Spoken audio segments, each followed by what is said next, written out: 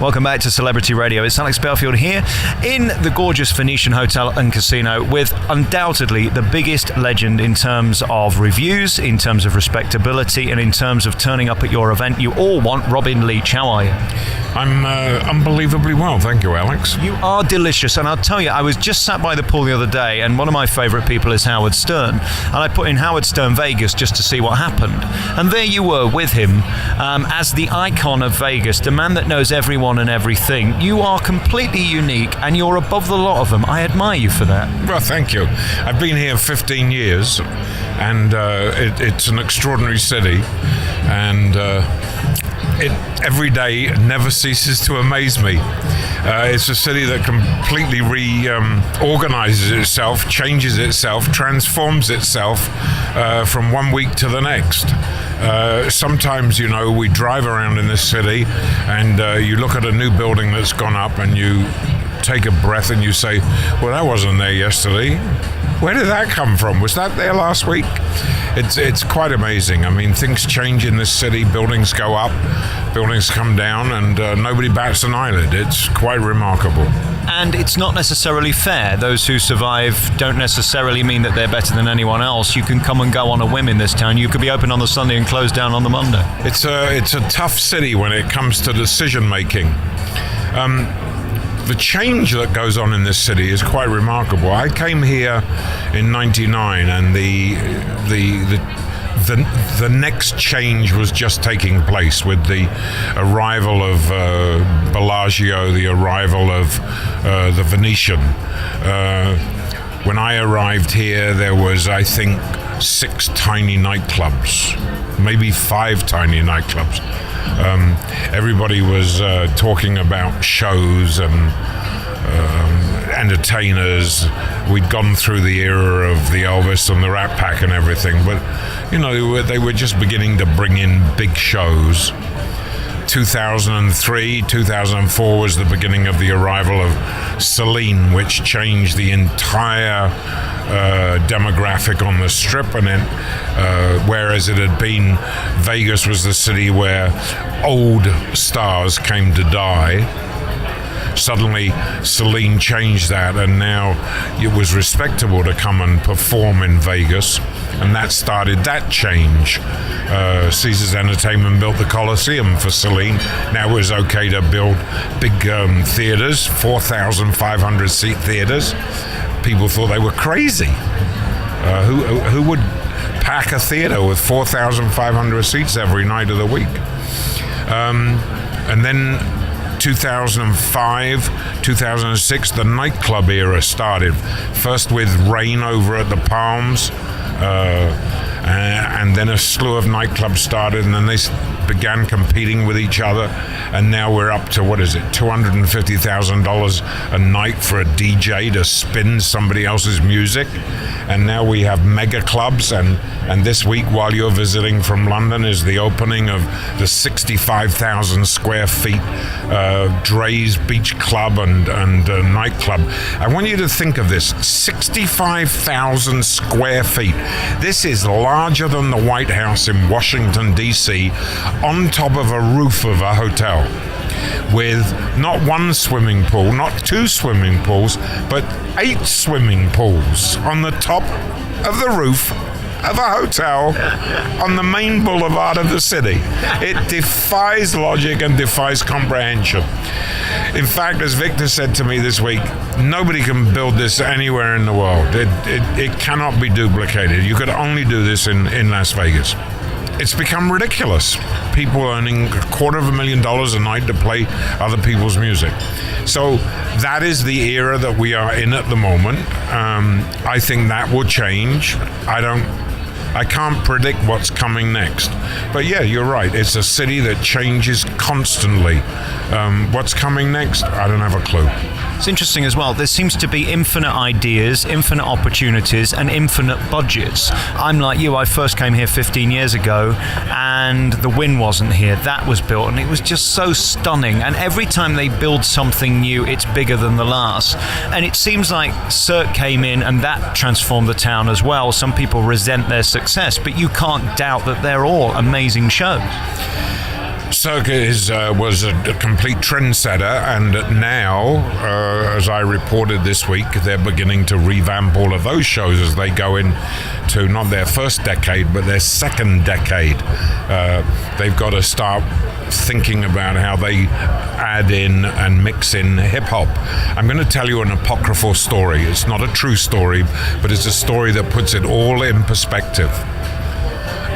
A man who walked on stilts and breathed fire comes to Las Vegas with an idea for a show. He doesn't speak very good English, but he speaks enough. And he comes to a man called Steve Wynn. And he says, Mr. Wynn, I have an idea for a show. Steve Wynn says, what is the idea for the show? And he says, I have all these circus performers, and we dig a big hole in the ground and we fill it up with water, and they jump in and out of the water, and lots of people come and they applaud, and there's make money for everybody. Steve Wynn says, and how much does this cost me to build this, dig this hole in the water, and dig this hole in the ground and fill it with water? And the man mumbles, $50 million. And Steve says, how much money? And he said, $50 million. And he said, did you say $50 million? And the man mumbles, yeah, $50 million. He said, well, what do I get for $100 million? And Gila Liberté realizes he's sold the idea. Right. So he doubled what he was offering, and he got the deal done, and that was the beginning of 7 shows of Cirque du Soleil in Las Vegas. And that's the thing. This is the only place in the world where the dice is rolled and the investment is doubled. It's like the old days of Hollywood when you think about it.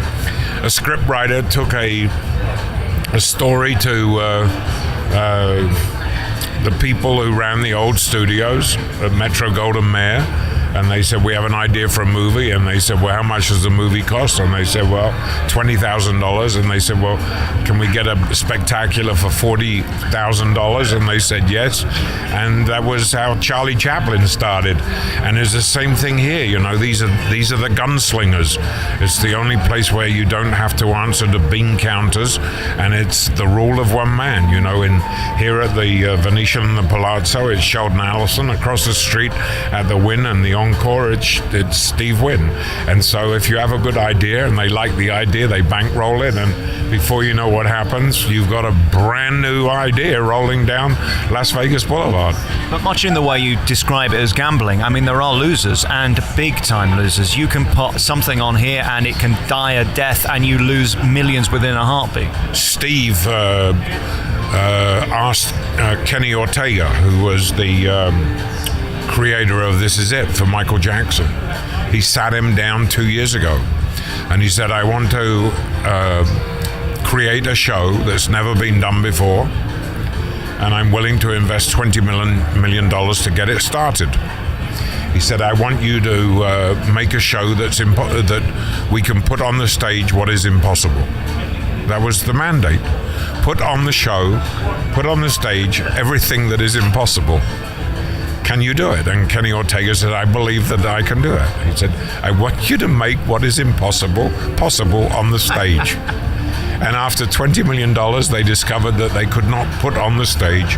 Let's talk about you, because you've had such a fascinating life, and no one knows more about the lives of the rich and famous than you, literally. And then, of course, where I saw you most famously recently was I'm a Celebrity, from the insane to the ridiculous, but still featuring celebrities. Your life has been, if it was on your tombstone, Mr. Celebrity, really. You've always been surrounded by it. Not really. I've reported it. When I started back in England in the we won't talk really about how long it was, like 1958 to be honest, but working as a cub reporter in Harrow outside of London, and my very first assignment for my local Harrow Observer newspaper, the editor took a dart, threw it into a map of the town, and where that landed on a street, one of the suburbs of Harrow, and I had to go to that street and get a story on the street where you live, and it was pouring with rain, and so I figured that the block of flats would have would be a safe refuge from the rain, and that whoever lived on the top floor would possibly have a story to tell. And I went up to the top apartment, top flat, banged on the door, and a man came to the door, and I introduced myself, Robin Leach from the Harrow Observer, and I said, I'm doing this story on the street where you live. I don't know whether you know the weekly feature, but it's my turn to write it. May I ask, you're a man, what are you doing at home in the middle of the afternoon? I mean, shouldn't you be at work? And he said, well, I'm working from my home. And I said, fascinating, what do you do for a living? And he said, I write music. And I didn't know what that meant. And I said, you draw those 5 lines and you put those little spots on it. And he said, well, it's not really that. So he invited me in to look at it, and his name was Leslie Brickus, and all those years later, I'm still friends with Leslie and his wife Evie, and he was writing the music for Stop the World, I Want to Get Off for Anthony Newley. And ever since then, and Leslie and Evie inviting me into the opening night in the West End of Stop the World, where I met Joan Collins that first night, and she's still a friend to this day. I never sort of looked back. I found the most interesting people in the world. And then I came here 5 years later and got involved in 1,000 different things to do with show business, including, spinning records for Radio Caroline and starting my own pop music newspaper for radio stations across the country. And then winding up doing show business for Rupert Murdoch in America, and then producing the pilot for Entertainment Tonight. And Entertainment Tonight, as you know, is still going strong in this country 30 years later. And then I started this funny show called Lifestyles of the Rich and Famous, which ran for 14 years. And then I started the Food Network, and we created Celebrity Chefs. And we've had 8 hit television shows, including Star Search and Runaway with the Rich and Famous and a number of other things. And then I came out to Vegas in '99 to build a television studio right here in the Venetian to save all of the celebrity chefs going to New York to make television shows, and to actually do television shows in their restaurants in this hotel. And we sort of got it started, and then the tragedies of 2001 began and crippled Las Vegas, and so we had to fold that idea because the economy took such a hit after 9/11.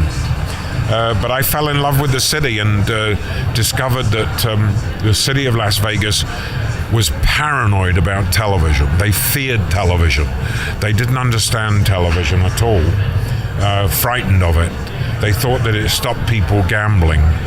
And I taught them how to use television as the best marketing tool that they ever had. And so I have a mobile television high-definition facility here, and we've managed to bring almost every television show in America to Las Vegas, and it's been remarkably good for the city. So I love working here. I love finding new things to do for the city of Las Vegas, and we have created this monster that it's become called Vegas Deluxe, where we sort of live 24 hours a day, 7 days a week, producing all the show business news of the city. Well, let's be under no delusion. I mean, you could retire. You are a very wealthy man and incredibly successful. As you say, you're no spring chicken right now, but you still love it. It gives you energy and keeps you fresh. Why? Why are you wasting your time talking to me? Why are you still here working? First of all, I love this city. I genuinely love this city. I genuinely love my business. And I don't work for the money because I donate all the money to charity. And I'm just very satisfied. I've had a wonderful, wonderful run. I've produced 7 television hits over the years and had one diabolical disaster where we lost a fortune. And I think your odds are quite good there, though. If you've had 6 hits and only 1 flop, you're doing well. Yeah, not bad. Although, and the funny thing was, we lost $8 million on the one that failed, and the host that I hired to run it was a young man called Matt Lauer, who went on to become. When we closed that show down, he went across the street to NBC, got a job at a thing called the Today Show. Now he's the biggest star in news in America. Morning television in America. So Matt and I are still very good friends, and he's been out to Vegas, and we've provided all the TV equipment for him. What I admire about you, by the way, is your integrity and your honor. You could destroy anybody in this town. Let's face it, you're the most listened to critic. You're certainly the one they want to read about first. But you don't pull punches, do you? You don't set out to destroy people, and you're incredibly polite about what you'll do. You're not some TMZ trashy website that's trying to shut people down. I don't believe that it's our job to do that. I loathe critics who take pot shots at people. I don't think that anybody understands what goes into the making of a show or the making of a movie, the making of a restaurant. We're sitting in Daniel Boulud's restaurant here. This is a $25 million plus undertaking. And if you were a food critic and you come in here and you say on the opening night that le poisson est merde, the restaurant could close. Well, you show me the food critic who can spend $35 million and go cook his own fish, and the chances are that he'd probably burn the fish, and his restaurant walls would have fallen down. So what right does he have to criticize somebody who is a professional and could do it? I try and be like you. I try and be positive. The chef has no way of firing back at the writer. So, don't you? My job, as I've always said this for as long as I've done it, is solely to be a link between either the artist and the reader, the chef and the viewer, the star, the singer, and the audience. That's all my job is. I get that, but you've been around the houses enough to be able to tell me whether I should be dining here tonight or dining there tonight. Do you see the distinction that I actually would be curious to know if I have one choice tonight in Vegas, which, let's face it, nobody's living here like you or like me here for 2 weeks seeing 60 shows. So I would tell you that privately, where you would go. I wouldn't broadcast it to the world. But in this town, you have got a million choices. Here's the problem. What's the best Italian restaurant? What's the best French restaurant? They're all great. Here, we don't have bad restaurants in Las Vegas, so that's one great blessing. But there are some that are better than others and more amazing than others. I'd be curious to know that. Indeed, there are rankings, but here in the Venetian, for instance, and the Palazzo, which is the sister hotel next door, I think we've got 28 of some of the best chefs in the world. They're all on television. They're all stars. You go down the street to Caesar's Palace.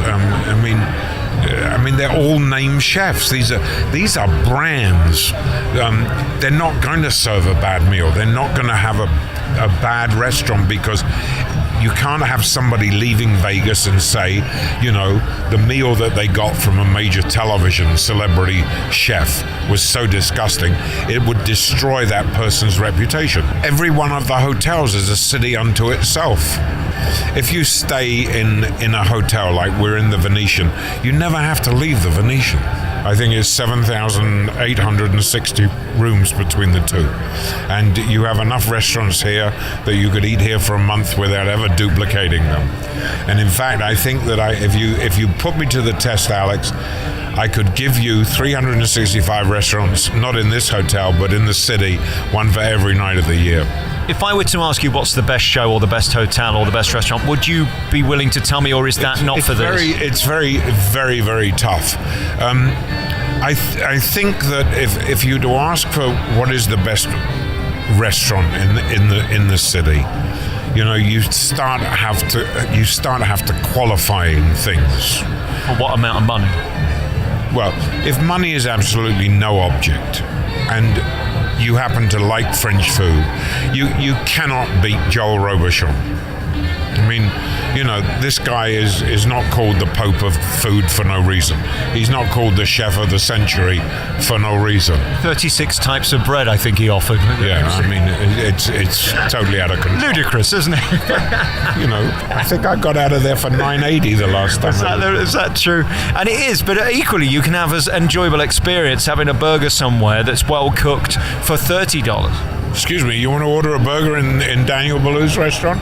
I think the foie gras burger here is 165 or 185. Look, you don't come to Vegas to pinch pennies. You come here because this is the ultimate destination for entertainment, the ultimate destination for shopping, the ultimate destination for fun. You say that, but what I've noticed in this town is if you're 22 and beautiful and female, you don't pay for anything. I have met more women this time that have not paid for a meal, for a show ticket, for this, that. It's a curious town that a lot's given away. Didn't we? Look at this face. Nobody's giving me a free meal. And look at this face. It's true, though. It's a fascinating town, isn't it? They give a lot away, don't they, just to bring people in. It's the old story of honey to the bees, or whatever it's called, you know. Very fine. I'm going to let you go because you are one of the busiest men I've ever met. Thank you so much for your time. Firstly, it's a great honor to meet you. I'm fascinated by your life and your career. It is extraordinary, as are you. And I wonder what it's like to be you. Could you ever dream that it would have been this successful, this brilliant, and have the longevity you've had? Because let's face it, there aren't many people in the business who last, let alone as long as you have. You know, I never ever set out with a goal in mind. Everything was a choice. You turn left or you turn right. And I'm still making those choices every day when I get out of bed. I love my job. I love my work. As Michael Caine has often said, what we do beats digging up coal from the mines, so we should value what we do. I love my work because it's different every day of the week. I never repeat anything tomorrow that I've done ever before in my life. What a joy that is to be able to say. What a joy it is to be able to do. Can you be surprised now if you heard something was opening or something was closing or somebody had been signed on $300 million to appear here, or if something was being designed that's beyond comprehension, as you say, the 8 pools on the top floor? Is there any shock left, or have you seen it all? I keep going because I want to find the next wow. I want to find the next blow me away. I really do. You know, that's and I think one of the reasons I'm so content in Vegas is because if you're going to find it, it's going to happen here. I do a lot of work with the medical center here for the discovery of Alzheimer's, the cure for Alzheimer's, the cure for Parkinson's. That's where my money goes, into that. And I think we'll find it. And if you, this is why this is the tale of two cities, as you know, Charles Dickens once wrote. We have this total 2 miles of absolute insanity, craziness beyond belief, and yet out of all of this insanity there's this little town around it where we have the new Silicon Valley, and we have this medical center where the people of this community are busy finding cures for medical research. It's really interesting. Think about this. A city of 1,800,000 people that plays host to 40 million people a year. Think of it. Is the only city probably in the world that has 24 hours a day of everything. You can get your laundry done 24 hours a day. You can get the bank open at 24 hours a day. Any gas stations, 24 hours a day. You never want for anything. The greatest valet parking in the world. You know, I can drive my car to the airport, throw the keys at valet parking, and hop on a plane to go anywhere in the world. Just like that. is a city of comfort and convenience. I love Las Vegas. I can tell. It's inspiring to see you and to see your enthusiasm. Robin Leach, thank you so much for your time. Nice working with you.